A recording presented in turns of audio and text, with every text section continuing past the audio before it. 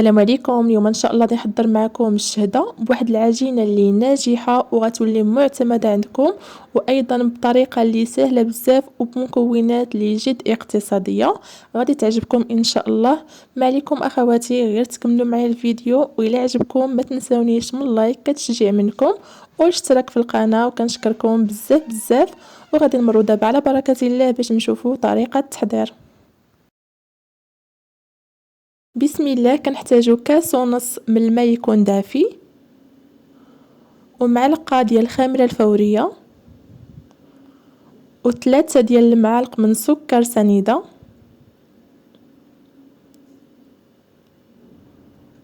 وكيس ديال الفاني.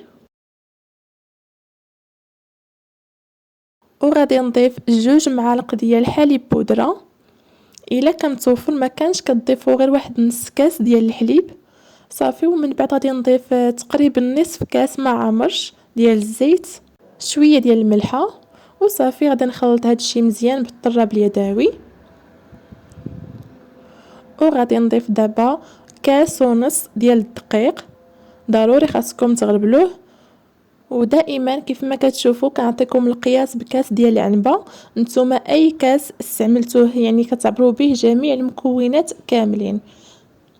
صافي كيف ما شفتوا دابا غادي نخلط مزيان هذا الدقيق صافي. من بعد ما خلطت غادي نخلي هذا الخليط حتى كيخمر وكيبانوا لي داك الفقاعات من الفوق. عاد غادي نضيفوا الكميه المتبقيه من الدقيق.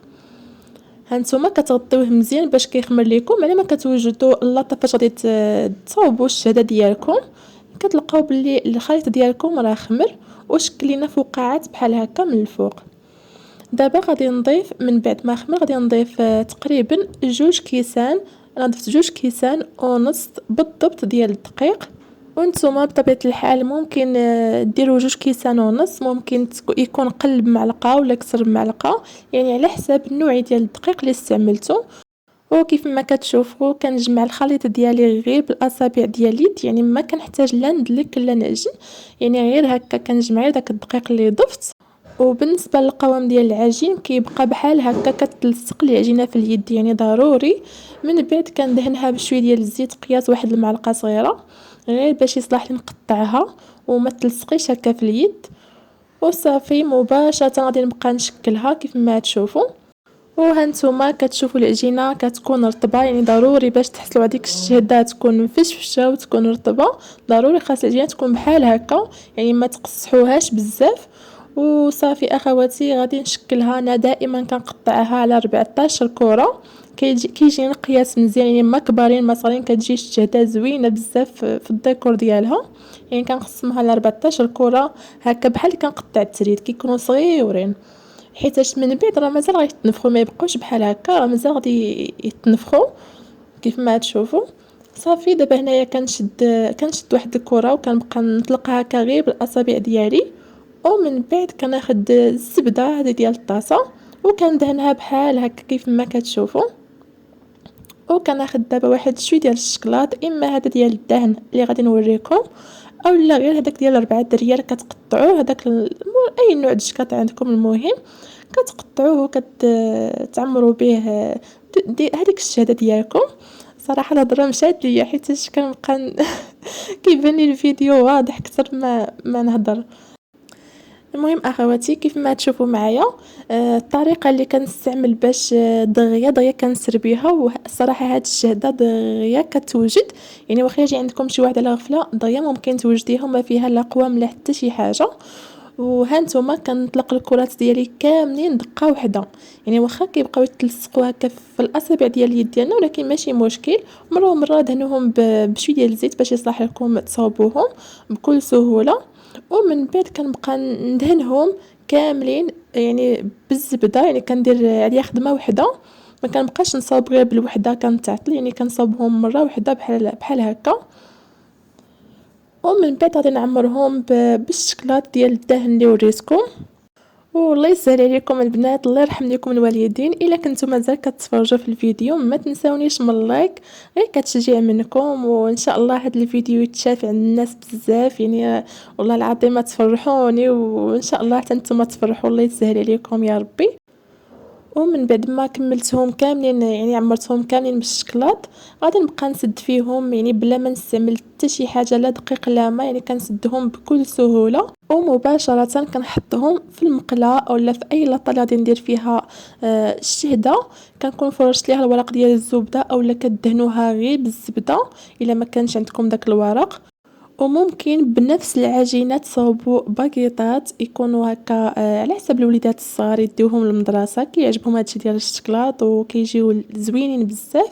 ممكن تشكلوهم على شكل باكيطات وتزوقوهم بحال هكا من الفوق بالشكلاط. انا كنصاوبهم بنفس العجينه كيجيو رائعين بزاف، ولكن مازال ما صورتهم يعني مازال ان شاء الله نحط لكم فيديو ديالهم.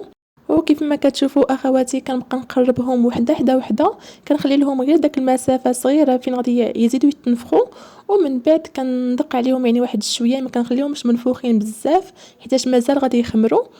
ومن بعد كنغطيهم بواحد الميكا وبشي هكا بشي منديل باش كيتنفخوا لينا بهذا الشكل هذا اللي كتشوفوا. وعاد غادي ندهنهم دابا بالصفر ديال البيض. وضروري اخواتي باش تنجح معكم هاد الشهده ضروري خاص تكونوا شعلتوا على الفران ديالكم باش كيسخن مزيان. يعني ضروري سواء الفران ديال الغاز اولا ديال الضو، يعني ضروري خاصكم تشعلوا عليه في الاول مزيان عاد كتدخلوا اللاطه ديالكم للفران. صافي دابا غادي ندهن الشهده ديالي بالصفر ديال البيض.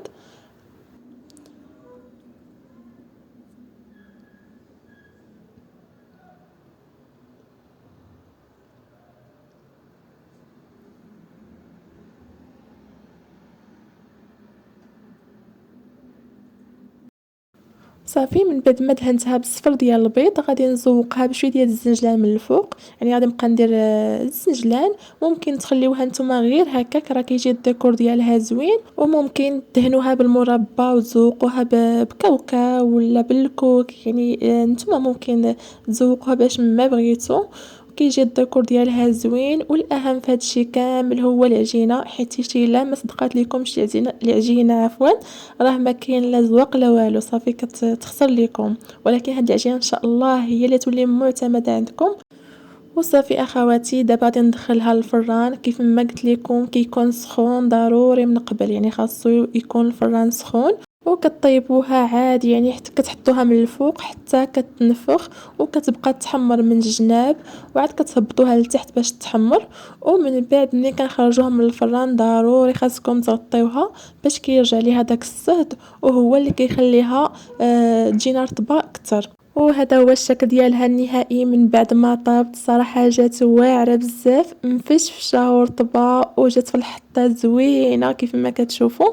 الى عجبكم اخواتي الفيديو ما تنسونيش من اللايك الله يسهل عليكم، وتهلاو فراسكم، وان شاء الله نتلاقى معكم فيديو جديد ووصفه جديده.